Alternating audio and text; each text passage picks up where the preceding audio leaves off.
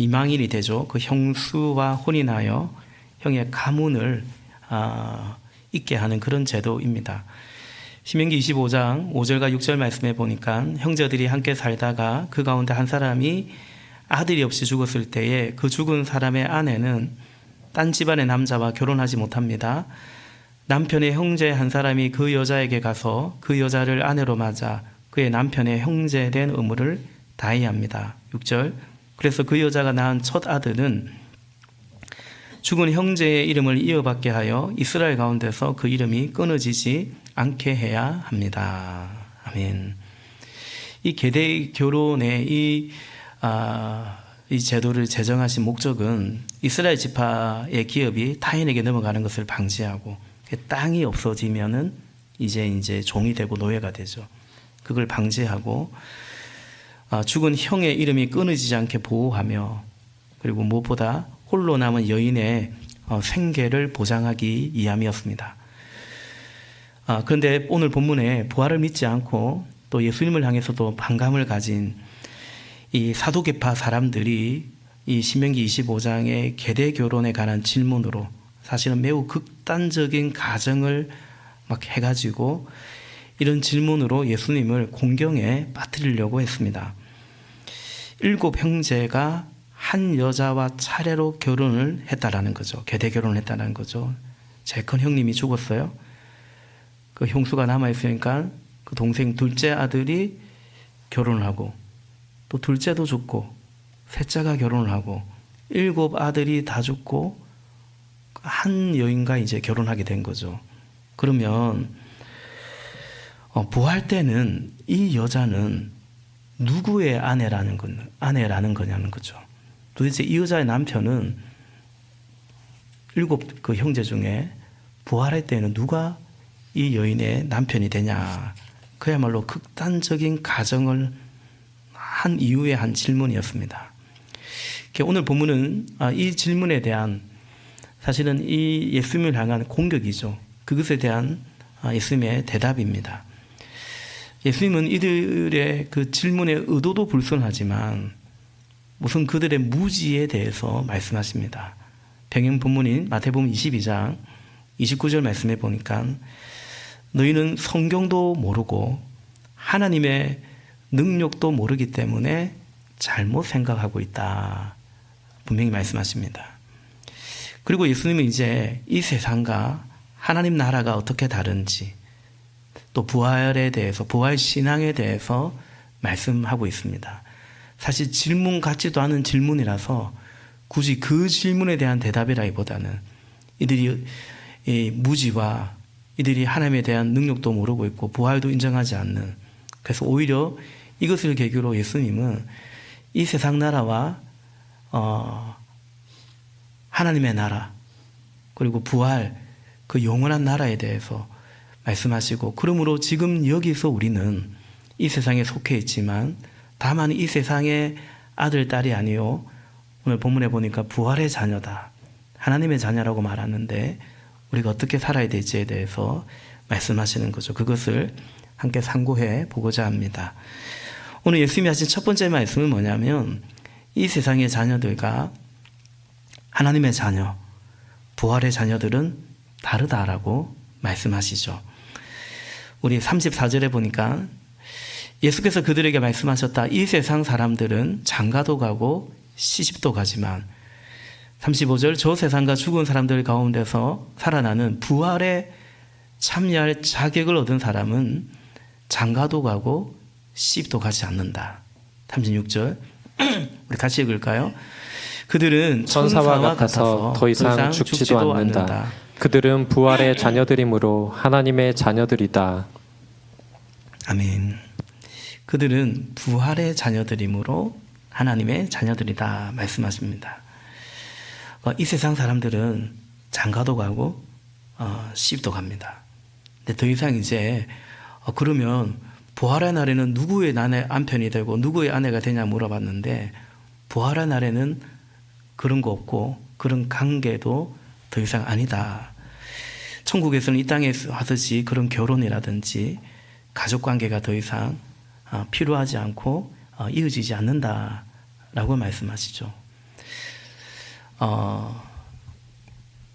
여기 이제 이 땅에서의 남편이 천국 가서 그건 또 영원히 살아요. 거기 가서도 남편이거나 이 땅에서의 아내가 거기 가서도 아내이거나 그러지 않다라고 말씀하시죠. 그러니 천국이 아니겠습니까? 염려하지 마십시오. 아닙니다. 거기 가면 아닙니다. 네. 아마 어떤 분은 거기 가도 이 사람이 내 남편이에요? 영원히 그래요? 그러면 안 갈랍니다. 그럴지도 모르죠. 여러분, 이 세상은 모형이고 그림자와 같습니다. 그러면 우리가 이 세상에서 결혼, 가정 이런 것은 참 어차피 없어질 거고 영원한 것이 아니니까 별 가치 없는 것이고 부질 없는 것이고 그런 것인가? 그렇지 않습니다. 그리스도인의 삶 자체가 우리의 결혼, 우리의 가정은 하나님 나라의 모형이고 그림자와 같습니다. 저는 한 번도 그런 곳에 가보진 않았습니다만은 가면 안 되는 곳은 아니고요. 아파트를 새로 지으면 짓기 전에 그 아파트를 이제 분양을 해야 되니까 뭘 만듭니까? 모델하우스를 만들죠. 모델하우스는 가면 이제 일종의 모형이지 않습니까? 거의 똑같이 이렇게 만들어 놓고 또 아마도 여러 평수를 다 해놓을 수는 없기 때문에 좀 축소해서 그러나 모형으로 만들어내겠죠. 근데 드디어 이제 그 아파트를 다 지었어요. 분양이 되든 안 되든 다 지었어요. 그러면 아마도 더 이상의 모델하우스는 필요하지 않겠죠. 운영하지 않겠죠. 왜냐하면 누가 그 모형을 보려고 하겠습니까? 실체가 있는데. 새로 아파트를 이제 짓고 나면 더 이상 모델하우스는 존재하지 않고 또 이른바 또 실내 인테리어를 조금 더 다르게 이런 식으로 또 하기도 하고 아직 분양을 끝나지 않으면 또 분양을 더 잘 완성하기 위해서 구경하는 집을 만들죠. 구경하는 집은 내 집은 아니지만 사실은 이제 다 지은 실체와 같은 거죠. 더 이상 모형은 모델하우스는 필요치 않죠. 그리스도인의 삶은 완성된 하나님 나라의 모형 같은 그런 삶이다 말씀하십니다. 이 고린도전서 13장 9절과 10절 말씀해 보니까 우리는 부분적으로 알고 부분적으로 예언합니다. 아는데 바울이 예수님도 알고 성령의 은혜 가운데 은사도 알고 삼층천의 그 신비의 체험도 사실은 간증할 정도로 많이 알죠. 그럼에도 불구하고 부분적으로 알고 부분적으로 계시를 받아 예언도 하는 거죠. 10절 그러나 온전한 것이 올 때에는 그 부분적인 것은 사라지는 거죠. 실체를 지어놓으면 모형은 사라지듯이 그렇습니다. 히브리서 10장 1절 말씀에 율법은 장차 올 좋은 것들의 그림자일 뿐이요 실체가 아니므로 분명히 말씀합니다. 그러면 우리는 이 진리를 믿는 그리스도인들은 이 세상의 풍조가 아닌 하나님의 형상을 이루며 살아가는 거죠. 그래서 34절에 이 세상 사람들이 장가도 가고 시집도 가듯이 우리도 분명히 여기서 결혼도 하고 가정도 이루는데 그러나 이 세상 사람들처럼 이 시대의 풍조를 따라서 그리고 그저 자신들의 어떤 행복만을 추구하면서 다만 그 정도의 이유로 시집도 가고 장가도 가는 것이 아니다. 우리는 이제 36절의 말씀처럼 부활의 자녀들, 하나님의 자녀들로서 이 세상 결혼을 해도 이제 그렇게 우리는 그리스도인으로서 가정을 이뤄도 그러하다라는 거죠.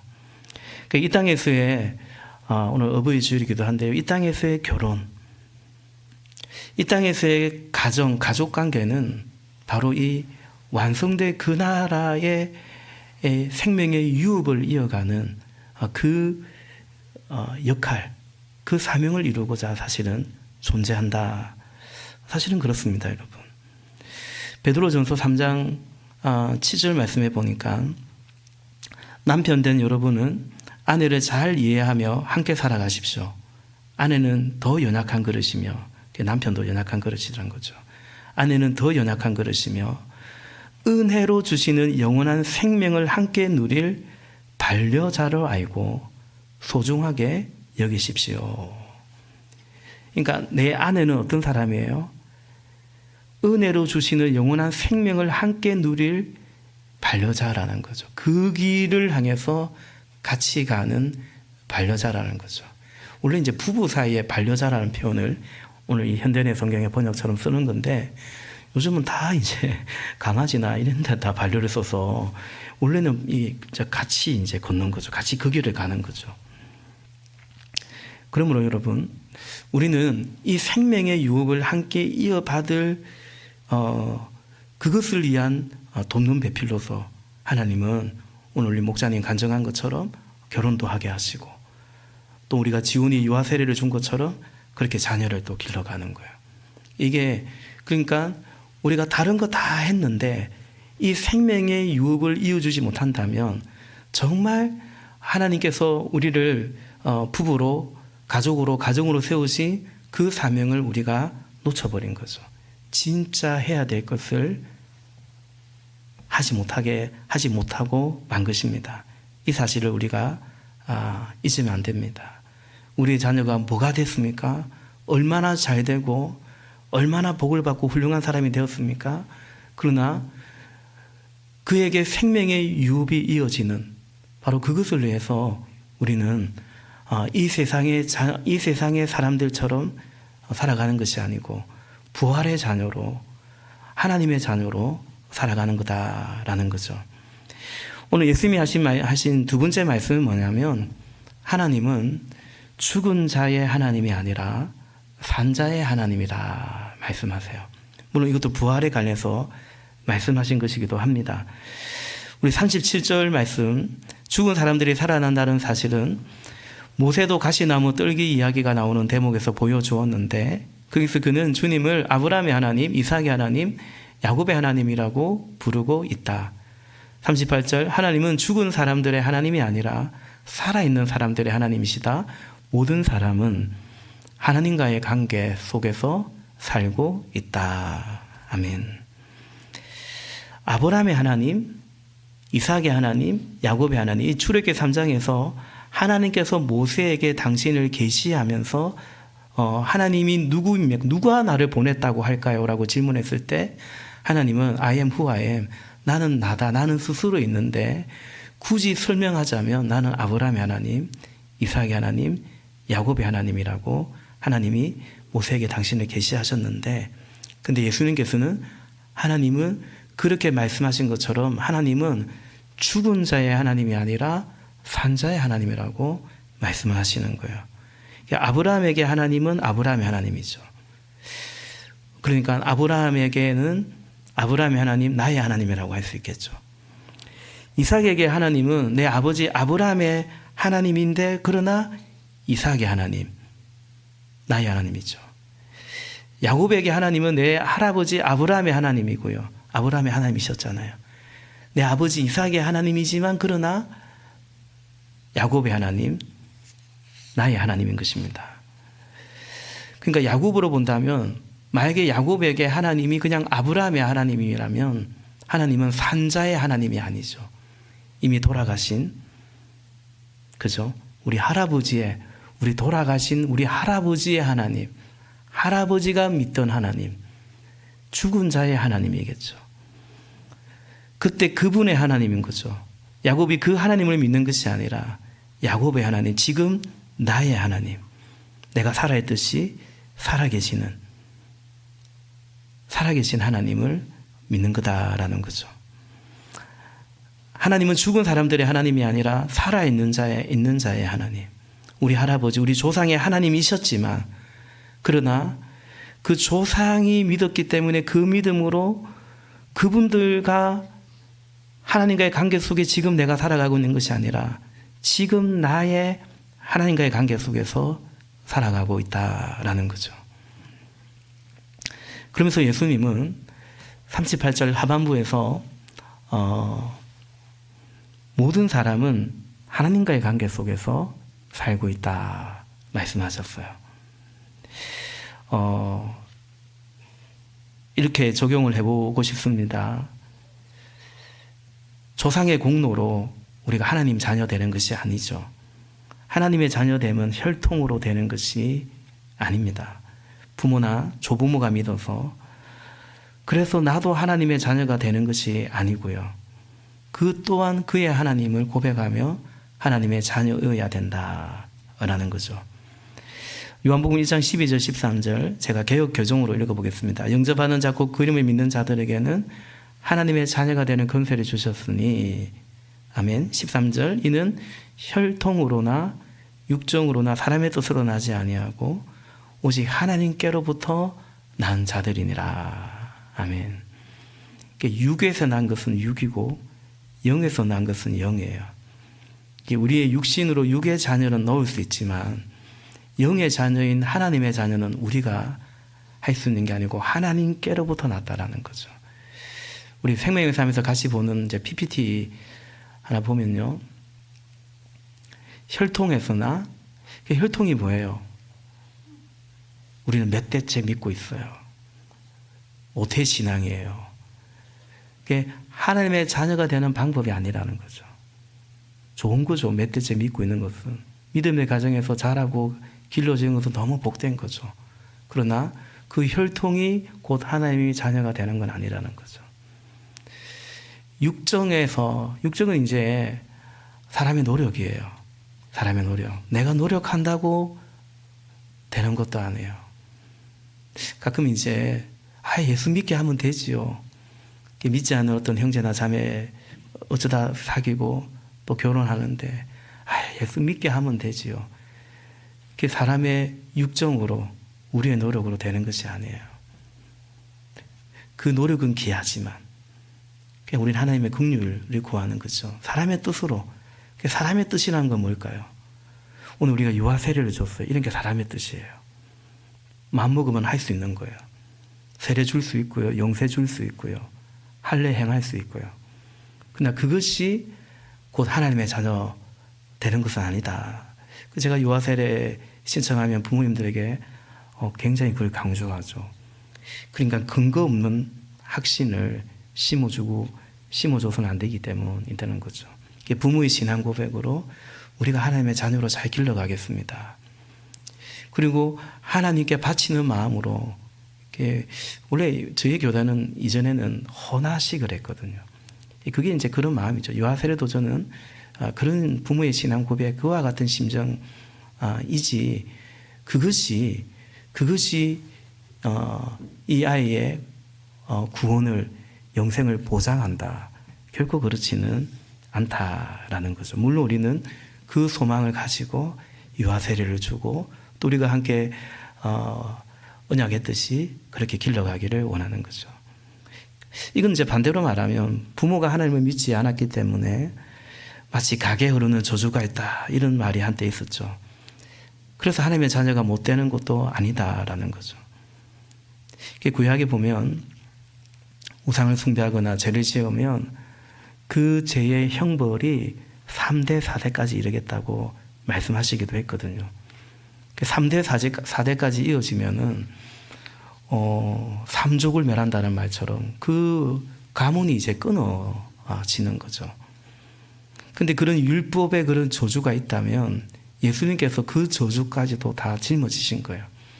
갈라디아서 3장 13절에 그리스도께서 우리를 위하여 저주를 받은 사람이 되심으로써 우리를 율법의 저주에서 속량해 주셨습니다. 기록된 바 나무에 달린 자는 모두 저주를 받은 자이다 하였기 때문입니다. 아멘. 뿐만 아니라 이미 구약 성경 안에서도 모세의 율법이 있지만 그 이후에 하나님께서 예언자들을 통해서 분명히 이스라엘의 그런 잘못된 오해에 대해서 주께서 말씀하셨어요. 예레미야 31장 29절 30절 말씀에 보면 그때가 오면 사람들이 더 이상 아버지가 신 포도를 먹었기 때문에 자식들의 이가 시게 되었다는 말을 하지 않을 것이다. 오직 각자가 자기의 죄악 때문에 죽을 것이다. 신 포도를 먹는 그 사람의 이만 실 것이다. 말씀하셨어요. 믿음의 조상이라고 하는 아브라함도 사실은 그의 아버지는 다른 신을 섬겼다. 여호수아 24장 2절에 보니까 그때 여호수아가 온 백성에게 말하였다. 주 이스라엘 하나님이 이렇게 말씀하셨습니다. 옛날에 아브라함과 나홀의 아비 데라를 비롯한 너희 조상은 유프라스강 강 건너에 살면서 다른 신들을 섬겼다라고 분명히 말하고 있죠. 그러므로 여러분, 조상 때문에 우리가 예수를 못 믿고 하나님 자녀가 안 되는 것도 분명히 아닌 거죠. 그렇게 따지면 신앙의 믿음의 일대라는 것은 있기가 힘들지 않겠습니까? 저도 사실은 저희 집에서 제가 제일 먼저 예수 믿었거든요. 그 후에 이제 저희 부모님도 신앙생활을 하고 계시지만, 그렇죠. 예, 저희 부모님도 예수님 안 믿을 때는 그냥 흔한 우리나라 사람들이 그러듯이 제사도 지내고, 이렇게 초파일이 오면 또 저연회도 가고, 저도 어릴 때 따라가고 그랬던 기억이 납니다. 조상의 공로가 아니고, 조상의 탓도 아니고요. 오직 하나님의 은혜로 하나님의 자녀가 된다. 하나님은 죽은 자의 하나님이 아니라 산 자의 하나님, 나의 하나님이라는 거죠. 그러므로 여러분, 우리가 어버이 주일을 맞기도 했는데 지난주 어린이 주일이었고 아니란 믿음이었으면 안 됩니다. 반대로 절망할 이유도 없는 거죠. 하나님의 은혜를 사모하고 믿음의 길을 가야 하는 것입니다. 그러므로 여러분, 자녀들은 부모의 신앙을 잘 배워가도록, 그러니까 부모님의 그 가르침, 주의 교양과 훈계를 잘 배워가도록 해야 되겠고, 부모뿐만 아니라 또 가정에서 이 교회에서 같이 우리 그렇게 아이들을 길러가고, 그리고 부모 세대는 신앙교육과 이 전수를, 믿음의 전수라는 이 책무를 충성되이 감당해 가야 하는 것입니다. 그와 같은 은혜가, 그와 같은 열매가 풍성하기를 주님의 이름으로 축복합니다. 마지막, 오늘 예수님이 하신 결론과도 같은 말씀은 오늘 말씀의 제목이기도 합니다. 38절 하반절에 모든 사람은 하나님과의 관계 속에서 살고 있다. 예수님이 말씀하셨어요. 모든 사람은 지금도 하나님과의 관계 속에서 살고 있고요. 더욱이 이 하나님과의 관계는 영원한 삶과도 이어지는 거죠.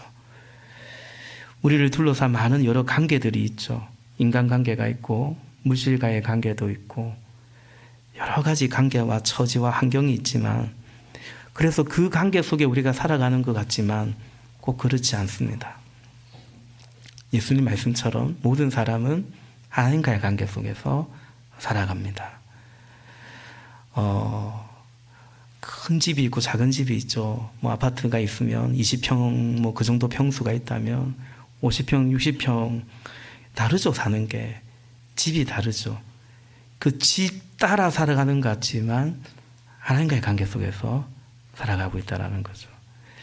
예수님 말씀이니까 당연히 진리이지만 이 짧은 시간 목회를 하다 보니까 어떤 분은요, 다 우리가 존귀한데 그냥 세상 사람들 하는 말로 그냥 별 볼 일 없는 평범한 별거 아닌 것 같은데요.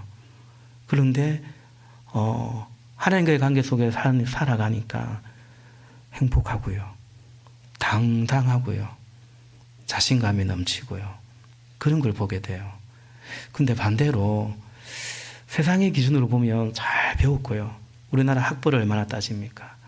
학벌도 좋고요, 직장도 좋고요, 남들은 다 참 부러워할 만한 그런 사람인 것 같은데,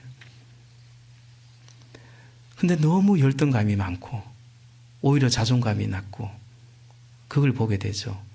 왜요? 사람은 하나님과의 관계 속에서 살아가기 때문인 것 같습니다. 그런 것들이 내 삶을 둘러싼 여러 관계들이 곧 내 삶이 되는 것 같지만 꼭 그렇지 않다라는 것입니다. 오늘 예수님이 인용하신 말씀은 말씀드린 것처럼 출애굽기 3장에 그 강야의 떨기나무 가운데서 모세에게 나타나신 하나님께서 하신 말씀이거든요. 하나님께서 모세에게 내가 너를 바로에게, 그 애굽의 이집트의 바로에게 보내어서 내가 너를 내 백성을 이끌어내겠다라고 하죠. 그때 출애굽기 3장 11절에 모세가 하나님께 묻습니다. 제가 누구이기에, 제가 뭐라고 감히 바로에게 가서 이스라엘 자손을 이집트에서 이끌어내겠습니까? 모세의 질문은 뭐냐면, 내가 어떻게 그걸 할 수 있냐? 바로는 누구며 나는 누구냐라는 거죠. 그렇죠. 모세가 왜 그 강야에 도망쳐 와 있냐면 바로가 죽이려고 해서 도망쳐 와 있거든요. 그리고 은 40년이 흘렀고 그 장인 이드로의 양떼를 치는 처가살이 하고 있는, 이제 완전히 잊혀진 남자와 같죠. 그런 모세가 그가 어디라고 바로에게 스스로 찾아가냐는 거죠. 찾아가서 싹싹 비를 하는 것도 아니고 내 백성을 이제 보내라고, 그걸 이제 요구하라고 하나님께서 말씀하시는 거잖아요. 그러니 모세의 입장에서는 내가 어떻게 그럴 수가 있냐는 거죠. 왜요? 모세와 바로와의 관계에서는 절대 불가능하죠. 그 모세의 질문에 출애굽기 3장 12절에서 하나님께서 말씀하십니다. 하나님이 대답하셨다. 내가 너와 함께 있겠다. 네가 이 백성을 이집트에서 이끌어낸 다음에 너희가 이 산에서 하나님을 예배하게 될 때 그것이 바로 내가 너를 보냈다는 징표가 될 것이다. 아멘. 내가 누구이기에 감히 내가 어떻게 라고 물어봤을 때 하나님의 대답은 뭐냐면 내가 너와 함께 있겠다라고 하는 거죠. 그러니까 모세는 이제 어떤 모세냐면 하나님이 함께하는 모세예요. 하나님이 함께하는 모세와 애굽의 바로와의 관계가 되는 거죠. 그전에는 그냥 모세와 바로와의 관계였다면 하나님과의 관계 속에서 이제 모세는 바로와의 관계를 맺어가는 거죠. 이제 전혀 다른 거죠. 그래서 모세는 그냥 모세가 아니라 하나님과의 관계 속에서 존재하는 거죠.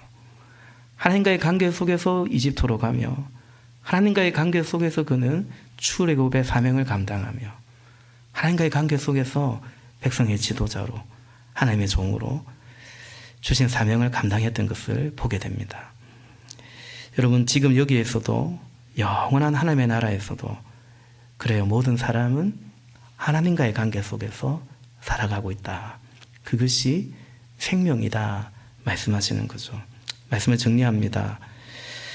말씀드린 것처럼 여러분, 결론적으로 모든 사람, 당연히 우리도 하나님과의 관계 속에서 살아갑니다.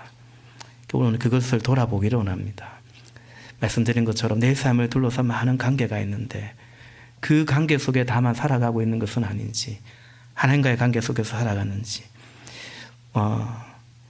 이 세상의 사람들, 이 세상의 아들, 딸들도 씨가고 장가가죠. 제가 우리 목자들에게, 청년들에게 그 얘기 하거든요. 노아의 때 예수님이 인자가 임할 때 그렇겠다고 했어요. 노아의 때에 사람들이 먹고 마시고 씨가고 장가갔다는 거예요. 그 죄 아닙니다. 그냥 일상의 삶을 살은 거예요. 근데 우리는 다만 그렇게 일상의 삶을 살아가는 존재가 아니라 노아의 부르심처럼, 노아는 뭐 했어요? 구원의 방주를 만들어갔죠. 하나님의 심판을, 구원의 날을, 심판의 날을 준비하며 살아갔죠. 우리가 먹고 마시고 씨가고 장가가는데 이 세상의 사람들처럼 살 것이 아니라는 거죠. 이 세상의 사람들처럼 더 어떻게 잘해볼기라고 그러려고 우리가 신앙생활하는, 그건 이제 종교죠. 그게 아니라 우리는 부활의 자녀들이고 하나님의 자녀들이라는 거죠. 그 속에서 당연히 우리도 연애도 하고 결혼도 합니다. 경제활동도 합니다.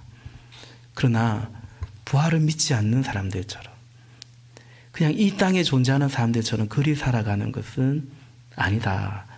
분명히 말씀하는 거죠. 그래서 우리 그리스도인의 모든, 우리의 삶의 모든 보상은 바로 하나님의 나라입니다. 이미 오셔서 임한 하나님 나라이지만 이 땅에서 우리가 모형을 이루며 살아가고, 그렇게 살아가다가 사실 우리의 고백이 뭡니까? 주님, 그냥 주님 오시면 안 되겠습니까? 주님 도와주셔서 내가 한번 잘 해보겠습니다. 꼭 그렇지만도 않아요. 우리가 이 땅에서 성령의 은혜를 덧입어서 어찌하든지 거룩한 백성으로 살아가기를 애를 쓰지만 신자의 고백은 뭡니까? 우리의 소망은 뭡니까? 주님, 이제 오시면 안 되겠습니까? 아무래도 주님 오셔야만 되겠습니다. 우리는 그 소망 속에 살아가는 거죠. 그리고 그 모형을 함께 이루어가고 그리고 주신 구원의 방주의 사명을 감당해 가는 거죠. 주님의 소원을 이루어가는 거죠. 그래서 우리는 사실은 보상처럼 주어지는 행복을 누리고 살아가는 것입니다. 우리의 자녀들이 하나님과의 관계로 살아가도록, 우리의 젊은이들이 이 땅에 살아갈 때 정말 갖춰야 될 것도 많고 여러 스펙들도 갖춰가야겠지만 우리의 젊은이들이 하나님과의 관계 속으로 살아갈 수 있도록 우리의 신앙 전수를 잘 감당해가는 주의 교회가 되기를 원합니다. 그러므로 우리의 삶이 부활의 날 완성될 그 나라의 모형음을 잊지 말고 그 하나님의 존귀한 자녀들로, 그리고 이 생명을 아직 모르는 자들에게 바로 이 생명을 증거하는 증인의 삶으로 살아가는 저와 여러분 우리 모두가 되시기를 예수님의 이름으로 부탁을 드립니다. 기도하겠습니다.